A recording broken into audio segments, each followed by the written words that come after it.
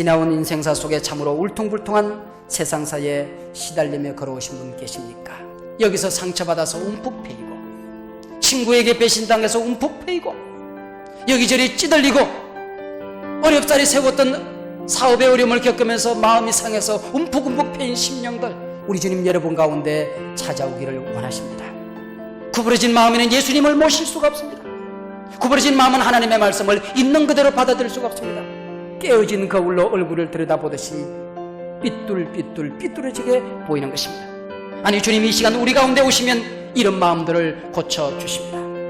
모든 골짜기가 메워집니다. 절망했던 사람들이 희망을 가지게 될 것입니다. 주님 날 찾아오시면 높은 산은 낮아지게 될 것이고, 교만의 산들이 낮아지게 될 것이고, 이리저리 찢겨서 움푹 패인 골짜기들이 평탄해지게 될 것입니다.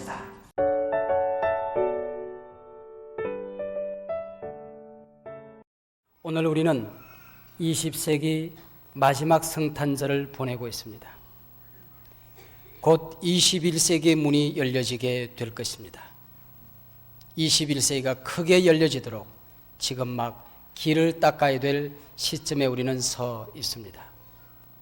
20세기, 지난 100년을 돌이켜보면 금세기가 시작되던 무렵 우리는 일제의 침략을 받았습니다. 금세기 초 우리는 우리 민족사에 가장 암울했던 시간이었던 일제 36년, 참으로 치욕스러운 그 기간을 보내야 했습니다.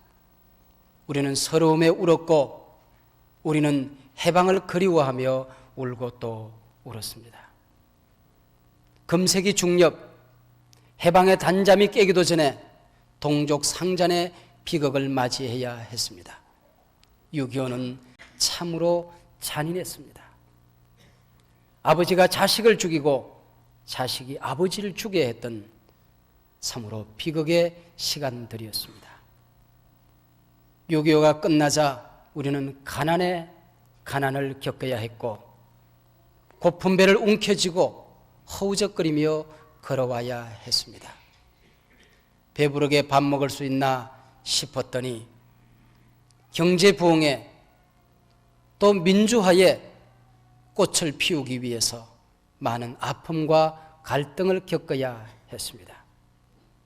우리 민족이 걸어왔던 길은, 아니 엉금엉금 기어왔던 길은 고 함석헌 선생이 우리에게 말했듯이 이리 짓밟히고 저리 짓밟히고 여기서 깨지고 저기서 깨졌던, 피로 얼룩졌던 늙은 계집종의 역사와도 같은 아픈 상처의 시간들이었습니다. 이제 금세기를 마무리하는 이 시간 돌이켜보면 우리 민족이 복을 받았던 것은, 참 잘했다 싶은 것은 한 가지밖에 없습니다. 이 어려운 시간에 우리는 예수를 믿었습니다. 선교사들의 손에 의해서 우리는 복음을 받아들였습니다. 부지런히 교회를 섬겼습니다. 높은 산에서, 깊은 골짜기에서, 저 낮은 지하 예배당에서, 높은 기도탑에서, 종탑에서 울며 많은 시간 동안 우리는 기도해 왔습니다. 하나님께서는 우리 민족을 버리지 아니하셨습니다. 이 백성을 버리지 아니하셨습니다. 지난 5,000년 동안 세계에서 우리 민족이 차지했던 어떤 위치보다도 우뚝 높은 자리를 차지하게 되었습니다. 세계 모든 교회들이 대한민국, 그때 그들이 떠올리는 것은 교회의 부흥이었습니다. 교회의 부흥과 더불어서 나라의 경제는 안정이 되어졌고, 성큼 세계 선진국에 발을 들여다 놓게 되었습니다. 부족한 종이 살아왔던 지난 시간들을 돌이켜보면 참으로 어려웠던 순간순간들이 없지 아니했습니다. 가난한 농부의 아들로 태어났습니다. 리어카를 타고 구르마를 타는 것이 전부였습니다. 기차를 본 것은 초등학교 6학년 수학여행 때 처음 기차 구경을 했습니다. 읍내중학교까지 가기 위해서 40리길을 언덕 넘어 걸어 다니기도 했습니다. 100리길 친척집을 산 넘고 강 건너 걸어 다니기도 했습니다. 어쩌다가 마을 앞에 지나가는 트럭이 한 대 있으면 킁킁거리며 그 깨소리 냄새를 맡으며 뛰어다녔습니다.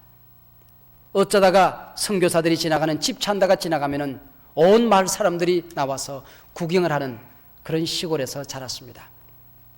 그러던 어느 날 제가 살던 농촌 마을에 예배당이 세워졌습니다.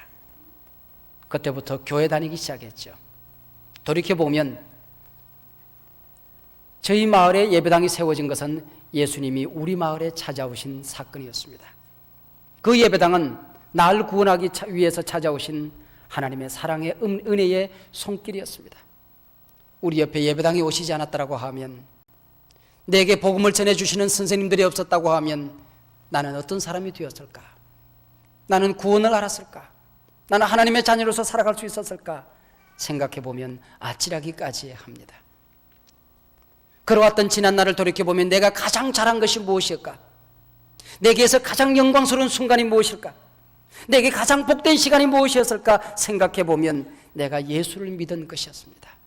하나님의 자녀가 된 것입니다. 여러분 모두도 마찬가지라고 생각합니다. 바로 2000년 전 광야에서 길을 닦는 요란한 한 소리가 있었습니다. 광야에 외치는 소리가 있어 가로되 너희는 주의 길을 예비하라. 그의 첩경을 평탄케 하라. 모든 골짜기는 메워지고 모든 산과 작은 산이 낮아지고 굽은 것이 곧아지며 험한 길이 평탄하여질 것이요 모든 육체가 하나님의 구원하심을 보리라. 세례 요한이 외쳤던 이 말씀은 구약 이사야 40장 3절과 4절의 인용귀입니다. 여기서 길을 예비하라는 말씀의 원래 뜻은 옛날 제왕들이 행차할 때에 백성들을 동원해서 길을 닦고 청소를 하고 임금을 맞을 준비, 환영할 준비를 하던 행사를 말합니다. 이 내용을 이사는 포로된 유대인들에게 적용하고 있습니다. 하나님께서 말씀하셨습니다. 우리 유대 민족에게 해방을 선포하셨습니다. 이제 본국으로 귀환할 날이 가까워 오겠습니다. 걸림돌을 제거하십시오. 정리할 것 정리하고 노예 근성을 버리고 회개할 것 회개하십시오. 절망했던 사람들은 희망을 가지십시오. 하나님을 떠났던 사람들은 하나님 앞으로 돌아오십시오. 그분에게 예배할 준비를 하십시오. 그분을 모시고 경배할 준비를 하십시오 라고 외쳤던 것입니다. 이 말씀을 세례 요한은 메시아 예수님에게 적용시키고 있습니다. 온 인류를 구원할 메시아가 우리 가운데 오십니다. 구세주 예수 그리스도를 영접할 준비를 하십시오 라고 외쳤습니다. 2000년 전 로마의 속국으로 있었던 유대 땅은 말할 수 없이 어둡고 암담한 현실에 빠져 있었습니다. 정치는 국민들의 신임을 잃었습니다. 사회는 불안하기 그지없었습니다. 경제는 도탄에 빠졌고 윤리는 땅에 떨어졌고 종교는 백성들에게 희망과 기대를 주지 못했습니다. 백성들의 유일한 희망이었던 메시아에 대한 예언마저 400년 동안 끊어져 있었습니다. 바로 이때 세례 요한이 광야에 나타나 예수님이 오신다고 외쳤습니다.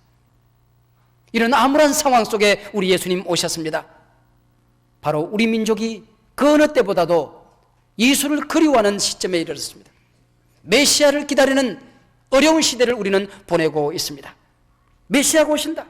영접할 준비를 하라. 임금이 오신다. 그가 오시도록 길을 닦아 드리자. 우리가 지금은 비교적 세계 속에서 잘 사는 나라 가운데 한 나라가 되었습니다. 어렵다고 하지만은 그래도 밥 먹고 살 수 있는 점은 되었습니다. 경제학자들의 얘기를 빌어보면 지난 세기 동안 우리 경제 발전을 위해서 가장 잘했던 일이 무엇인가라고 묻는다고 하면 박정희 대통령 때 경부고속도로를 닦은 일이라고들 합니다. 경제개발 5개년 1차 계획이 끝나자 경제가 무척이나 발전했고 물동량이 물씬 늘었습니다. 문제는 길이었습니다. 외국의 고속도로를 시찰하고 돌아온 박정희 대통령은 미친 듯이 고속도로에 전념하고 있었습니다. 때마침 태국에서 고속도로를 닦고 돌아온 정주영에게 이 일을 맡겨서 경부고속도로를 닦기 시작했습니다. 무려 1년 이상을 집차에서 그는 잠을 잤다고 합니다. 수많은 사람들이 피를 흘리며 고속도로를 닦았습니다.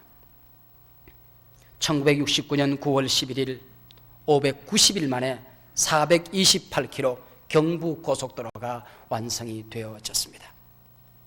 이것이 20세기 경제발전의 가장 위대한 틀을 마련했다고 합니다.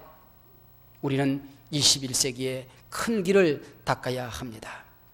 지난 세기에 어두웠던 모든 자국들을 떨쳐버리고 빛 대신 예수 그리스도 오시도록 길을 닦아야 합니다. 갈등과 상처로 얼룩졌던 역사를 갈무리하고 이제는 서로 하나가 되고 서로 사랑하고 남북 통일이 힘있게 열려서 세계 속에 우뚝 서선 민족으로 발돋움할 수 있도록 길을 닦아야 합니다. 이제는 교회가 개척되던 시기를 벗어나서 이 세기를 달려가고 있습니다. 세계 영향력 있는 교회로, 영향력 있는 국가로, 영향력 있는 민족으로 발돋움하기 위해서 21세기에 크게 문을 열어야 될, 크게 길 닦아야 될 시점에 우리는 이르렀습니다. 오늘 본문을 주심히 살펴보면 광야에 길 닦는 소리가 요란하게도 들려옵니다. 광야에 외치는 자의 소리가 있어 가로되. 이 메시지가 선포된 장소가 어디였습니까? 광야였습니다. 광야에는 바람이 불어옵니다. 모래가 흩날립니다. 곡식들이 제대로 자랄 수가 없습니다. 꽃들이 제대로 피지 못합니다. 어쩌다가 여기저기 식물들이 자랍니다마는 저마다 날카로운 가시를 가지고 있습니다. 짐승들이 제대로 살 수 없습니다. 여기서 살아남은 짐승들은 아주 사납기 그지없습니다. 성갈의 나그네들이 찔리면 그 자리에서 죽기 쉽상이었습니다. 바로 여기에 예수님이 찾아오셨다고 하는 것입니다. 여기 광야라고 하는 것은 단순히 지리적인 광야만을 의미하지 않습니다. 예수님 올 당시 이스라엘 백성들의 마음이 광야였습니다. 이리저리 시달리고 여기서 실망하고 이 사람에게 찢기고 저 민족에게 짓밟히고 힘 있는 사람들, 가진 사람들에게 짓눌려 살아가며 저마다의 마음이 황폐해져 있었습니다. 거칠어져 있었습니다. 어디에도 희망이 없었습니다. 향기로운 냄새를 맡을 수가 없었습니다. 여기에 도로 공사를 힘있게 하는 세례 요한의 외침이 있었던 것입니다. 광야에 길이 나게 될 것이다. 사막에 강이 흐르게 될 것이다. 높은 산이 낮아지게 될 것이다. 험한 길들이 평탄하게 될 것이다. 굽은 길이 곧아지게 될 것이다. 메시아가 오시면 이런 역사를 이루어 주실 것이라고 외쳤던 것입니다. 지금 우리 민족은, 세계 모든 백성들은 광야의 길을 걸어가고 있습니다. 미래가 있을 수 있을 것인가? 정말 21세기는 20세기보다 더 아름다운 기회가 될 것인가? 아니면 지구는 송두리째 재가 되고 말 것인가? 지구를 40번이나 폭발할 수 있는 원자폭탄이 이 지구를 어떻게 만들 수 있을 것인가? 과학물질 문명은 과연 우리에게 유토피아를 약속하고 있는 것인가? 경제부흥은 부익부 빈익빈을 낳아서 가난한 사람들에게 더 많은 상처를 주고 있습니다. 우리가 살아가는 이 시대는 광야입니다. 이 광야에 외치는 자의 소리가 있어 예수가 오신다고, 메시아가 찾아오신다고 외치고 있습니다. 그 어느 때보다도 예수님이 그리운, 하나님의 공의가 그리운, 하나님의 은혜가 그리운 시대를 우리는 살아가고 있습니다. 예수님이 오시면 어떤 역사가 일어납니까? 예수님이 우리 가운데 찾아오시도록 하기 위해서 내 마음에, 우리 가정에, 우리 교회에, 우리 지역사회 속에, 우리 민족 가운데, 인류 가운데 찾아오시도록 하기 위해서 우리는 도대체 무엇을 해야 되는 것입니까? 세례 요한은 첫 번째 모든 골짜기를 메우라고 외쳤습니다. 예수님이 오시면 모든 골짜기가 메워질 것이라고 외쳤습니다. 여기 골짜기는 당시 민중들의 마음, 백성들의 마음을 일컫고 있습니다. 우리말에 골이 깊어졌다고 하는 말이 있습니다. 지금 우리는 불신의 골이 깊어져 있습니다. 피해의식의 골이 깊어져 있습니다. 마음이 상하여 골이 깊어져 있습니다. 열심히 일했지만 정당한 대접을 받지 못해서 배신의 골이 깊어져 있습니다. 절망과 시리의 골짜기가 메꿔지지 아니하면 예수님 우리 가운데 평안으로 찾아오실 수가 없습니다. 이 절망의 골짜기를 메꾸지 아니하면 아기 예수를 내가 모실 수가 없습니다.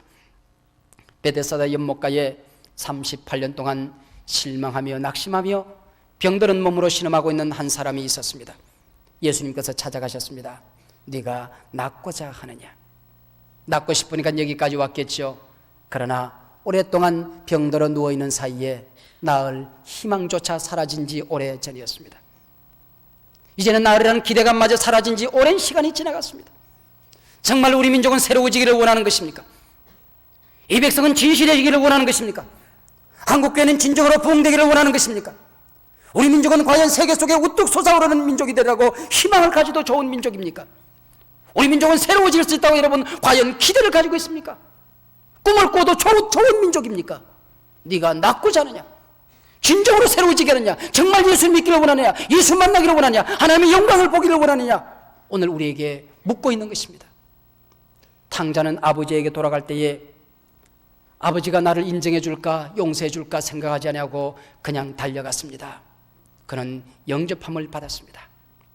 하나님께서 우리를 용서하시겠다 말씀하시면은 있는 그대로 용서해 주시는 모습 그대로 받아들이는 것입니다. 우리 민족을 존귀하다 귀하다 한국교회를 소중하다 말씀하시면은 있는 그대로 받아들이는 것입니다. 하나님께서 우리를 가치 있다 말씀하시면은 나는 사랑을 받을 자격이 없습니다. 손 휘휘 젓지 말고 주님의 사랑을 있는 그대로 받아들이는 것입니다. 이것이 은혜를 아는 사람이요, 이것이 예수를 모실 수 있는 사람들입니다. 골이 깊어지다 보니 백성들은 원망과 불평이 체질화되어져 있었습니다. 우리 백성들이 오랫동안 상처를 받는 사이에 불평과 원망의 골이 깊어져 있습니다. 시리와 좌절로 움푹 꺼져 있습니다. 주님이 우리 가운데 찾아오시면 욕심의 골짜기는 만족함으로, 원망의 골짜기는 감사함으로, 절망의 골짜기는 소망으로 바뀌어지게 될 것입니다. 인간은 욕심의 골짜기에 빠집니다. 그러나 하나님은 행복의 동산을 우리에게 약속하십니다. 인간의 입술은 원망하고 불평합니다. 그러나 주님은 감사와 찬양을 우리에게 주십니다. 인간은 절망을 만듭니다. 그러나 하나님은 희망을 창조하십니다. 인간은 문제를 만듭니다. 그러나 하나님은 그 문제를 해결하여 주십니다. 주님이 오시기 위해서는 높은 산이 낮아져야 될 것이며 작은 산이 낮아져야 될 것이라고 세례요한은 외치고 있습니다.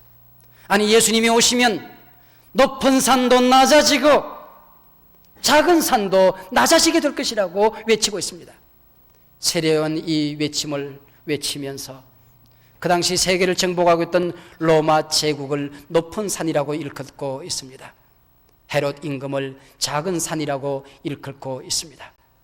신음하는 백성 곧 백성들은 아랑곳하지 아니하고 천년만년 영원히 로마 제국이 이어질 것처럼, 헤롯의 권세가 영원히 이어질 것처럼 교만에 있는 저들에게 우리 주님이 오시면 로마도 끝나게 될 것이고 헤롯 왕도 끝나는 날이 있지만은 우리 주님의 나라만큼은 영원하게 될 것이다. 예수를 그리스도로 영접하게 되면 우리 안에 만들어졌던 하나님의 나라는 영원히 이 땅에 펼쳐질 것이며 우리는 영원한 나라에서 우리 주님을 왕으로 모시고 살아가게 될 것이라고 외치고 있는 것입니다. 예수님이 오시기 위해서는 높은 산이 낮아져야 합니다. 작은 산들도 낮아져야 합니다. 요한계시록 17장 9절에 보면 장차 망할 음녀들이 7산에 앉았다고 얘기하고 있습니다. 저마다의 인간들 가슴 속에는 높은 산이 있고 작은 산이 있습니다. 돈의 교만의 산, 지식의 교만의 산, 자아가 한없이 높아진 산, 기술의 교만의 산, 권력의 교만의 산, 공로의 교만의 산, 신앙의 교만의 산, 신앙적인 열심이라는 교만, 기도라는 교만들이 저마다 높이 솟아있어서는 예수님을 모실 수 없어서 이건 낮춘 다음에야 예수님 모실 수 있다고 말하고 있습니다. 세 번째, 굽은 것이 곧아집니다. 꼬불꼬불 꼬부라진 길들을 말합니다. 이 말을 하는 세례 요한의 마음에는 당시 종교 지도자들이 지나가고 있었습니다. 외식하고 간사한 마음, 모든 것을 순수하게 보지 못하고 꼬아서 보는 삐뚤어진 마음을 말합니다.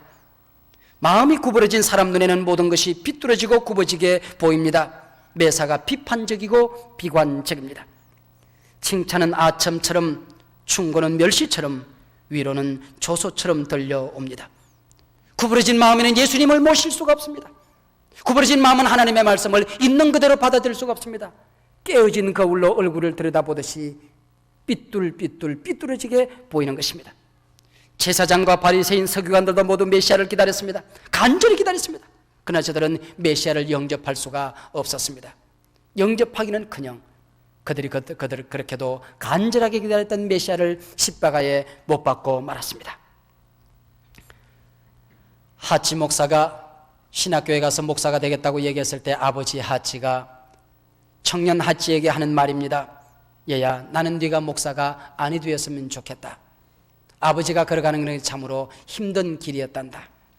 아버지가 빨간 넥타이를 메고 다녔으면 교인들은 날 보고 야하다고 얘기하더라. 그래서 까만 넥타이를 메고 섰더니 우리 목사님 우중충해졌다고 비난하더라. 옛날 얘기니까. 내가 택시를 타고 다녔더니 우리 목사님 사치해졌다고 얘기하고, 그래서 버스만 타고 다녔더니 우리 목사님 촌스러워서 함께 살기 힘들다고 얘기하더라. 설교를 길게 하더니 우리 목사님 태엽이 너무 길어졌다고 얘기하고, 설교를 짧게 했더니 우리 목사님 요즘 연구를 안 한다고 하더라. 신방을 부지런히 했더니 이 집 저 집 할 일 없이 떠돌이처럼 떠다닌다고 얘기하고, 신방을 안 했더니 우리 목사님 게을러졌다고 비난하더라. 다른 교회 설교하러 자주 나갔더니 우리 교회 어떻게 하려고 또 설교하러 나가지 않았더니 우리 목사님 요즘 인기가 떨어졌다고 얘기하더라. 교회를 부흥시키지 못했더니 무능하다고 얘기하고, 교회가 부흥되자 우리 목사님 물량주의에 빠져서 타락했다고 얘기하더라. 그때에 이 얘기를 듣고 있던 하치의 어머니가 아들 하치의 손을 붙들고, 나는 네가 목사가 되었으면 좋겠다. 아버지가 오늘 성공적으로 승리하며 목회할 수 있을 때까지는 하나님께서 수많은 소원 사람들을 보내주셔서, 천군 천사 같은 사람을 보내주셔서 목회를 격려하게 하더라. 은혜 받은 사람들이 언제나 그 곁에 있었단다. 바른 인격을 가진 사람들, 굽은 마음이 고다진 사람들이 언제나 있었어. 너희 아버지가 빨간 넥타이를 메고 서면 세련됐다고 내게 얘기했다. 까만 넥타이를 메고 서면 경건하다고 얘기하더라. 설교를 길게 하면 우리 목사님 우리에게 은혜 주려고 저렇게 애를 쓰는구나 말했고, 설교를 짧게 하면 지혜로운 목사님이라서 교인들 피곤할까봐 짧게 했다고 얘기하더구나. 신방 많이 하더면 부지런하다고 칭찬해 주었고, 신방을 못하면 우리 목사님 영적인 사람으로서 깊이 묵상하는 시간이라고 칭찬하더구나. 다른 교회 설교를 많이 해가면 우리 목사님 사명이 크신 분이라고 칭찬해 주었고, 안 나가면 교회를 사랑하는 분이라고 말씀해 주었단다. 교회를 부흥시키는 나라면 능력 있는 목사님이라고 격려해 주었고, 부흥이 안 될 때면은 이 모든 것 우리 책임이라고 울며 기도하는 사람들이 언제나 목사님 곁에는 있었단다. 네가 앞으로 훌륭한 목회를 하기 위해서는 바로 언제나 하나님께서 너에게 보내주는 사람을 찾아야 된단다. 하치는 아버지의 말을 기억했고 어머니의 말을 잊지 않았습니다. 때로는 어려운 목회 길을 걸어갈 때는 언제나 훌륭한 아버지 곁에도 어려움이 있었다는 것을 생각했고, 언제나 곁에 격려하는 사람들, 훌륭한 사람들, 은혜의 사람들, 비뚤어진 마음이 고다진 사람들이 있어서 하치를 훌륭한 목사로 만들어 주었다는 기록입니다. 주님이 찾아오시면 험한 길이 평탄하여진다고 얘기하고 있습니다. 여기 험한 길이라고 하는 것은 진흙밭에 소낙비가 쏟아져 내립니다. 거기 마차가 지나갑니다. 사람들이 거기를 지나갑니다. 비가 그쳤습니다. 햇빛이 짱짱 내려 쪼입니다. 그러면은 울퉁불퉁 길은 거칠은 벌판이 되는 것입니다. 그 길에 예수님을 모실 수 없다고 하는 것입니다. 여기서 상처받아서 움푹 패이고, 친구에게 배신당해서 움푹 패이고, 여기저리 찌들리고, 어렵사리 세웠던 사업의 어려움을 겪으면서 마음이 상해서 움푹움푹 패인 심령들, 주님이 찾아오시면 이 모든 것을 메꾸어져 평안케 해주시겠다고 약속하고 있습니다. 사랑하는 한소망교회 성도 여러분, 지나온 인생사 속에 참으로 울퉁불퉁한 세상사에 시달리며 걸어오신 분 계십니까? 우리 주님 여러분 가운데 찾아오기를 원하십니다. 구역질 나는 꼬부랑 길에 지치신 분이 계십니까? 삐쭉삐쭉 솟아있는 교만과 아집 때문에 좌충 우둘 부딪히며 살아온 인생이 있으십니까? 시리와 좌절로 마음이 푹 꺼진 사람이 있습니까? 이리저리 속상하고 원망과 불평으로 거칠어진 영성을 가지고 살아오신 분 계십니까? 세상의 정욕과 욕심의 골짜기에서 벌레처럼 살아오신 분 계십니까? 이런 마음 가지고는 주님을 영접할 수가 없습니다. 아니, 주님이 이 시간 우리 가운데 오시면 이런 마음들을 고쳐주십니다. 모든 골짜기가 메워집니다. 절망했던 사람들이 희망을 가지게 될 것입니다. 버림받았던 사람들이 주님의 품으로 돌아오게 될 것입니다. 추하고 냄새나게 살던 사람들이 정결하게 주님의 신부처럼 주님과 앞에 서는 날이 있게 될 것입니다. 저희 교회 몇 번이고 찾아오셔서 말씀을 전해주시곤 하셨던 정태기 목사님께서 미국에서 공부를 할 때 소록도에 관한 글을 읽게 되었습니다. 고국 땅을 밟자마자 짐 풀어놓고 소록도로 달려갔습니다. 예배당에 달려가 마침 주일날 예배를 드리는데 예배를 인도하는 목사님께서 통성기도를 시켰습니다. 목사님은 입을 열고 통성기도를 할 수가 없었습니다. 근데 옆에 있는 한 형제가 투박한 충청도 사투리로 큰 소리로 기도하는데, 하나님, 이 크고 놀라운 하나님의 은혜를 어찌다 갚는다유?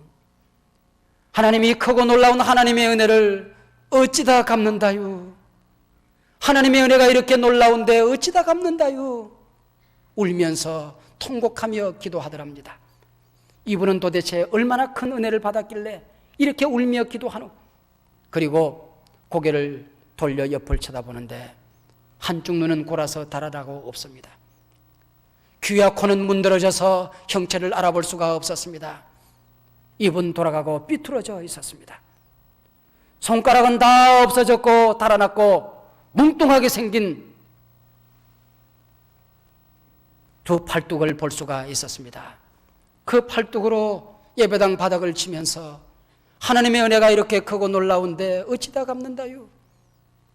고압선에 감전된 것처럼 정 목사님의 가슴을 치고 지나갔습니다.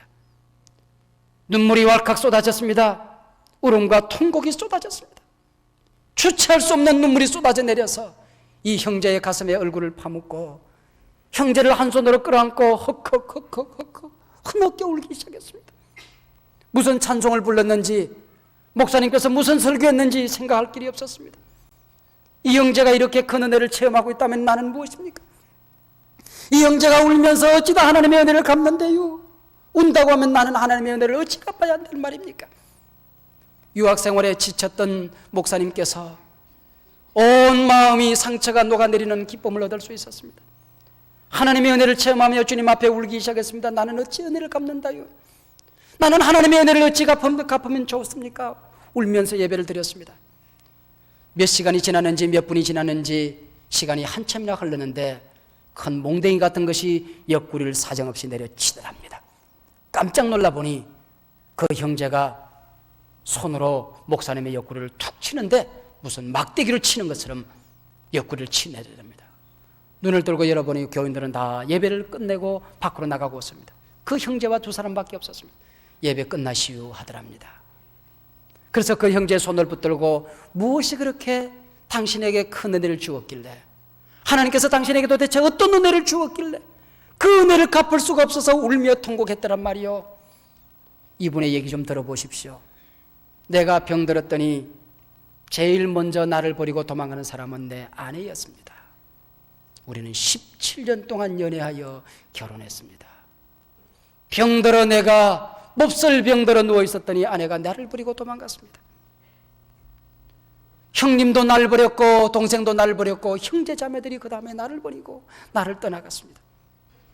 마지막에 나를 쳐다보고 눈물 짓던 어머니도 아버지도 나를 버렸습니다.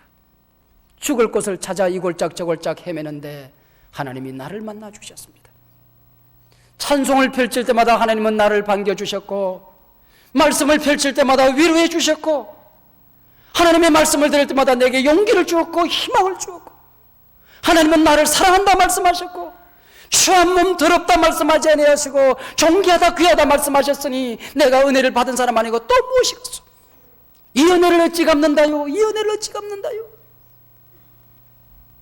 예수를 만나고 나면 세상 모두가 나를 버려도 예수님이 좋아서 울 수 있습니다. 주님 날 찾아오시면 높은 산은 낮아지게 될 것이고 교만의 산들이 낮아지게 될 것이고 이리저리 찢겨서 움푹 패인 골짜기들이 평탄해지게 될 것입니다. 예수님 오늘 우리 가운데 찾아오셨습니다. 이분을 여러분의 구세주로 다시 한번 확인하며 모시시기를 바랍니다.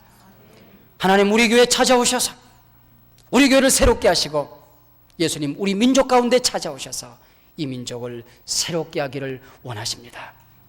주님 모실 수 있도록 길을 닦읍시다. 황폐해진 길을 닦읍시다. 주님 힘있게 역사할 수 있도록 이 민족 가운데 하나님의 나라가 멋있게 펼쳐질 수 있도록 주님의 역사가 능력 있게 펼쳐져 갈 수 있도록 우리 21세기의 길을 환하게 닦아 가십시다. 주님의 나라를 주님의 역사를 보게 될 것입니다. 기도하십시다.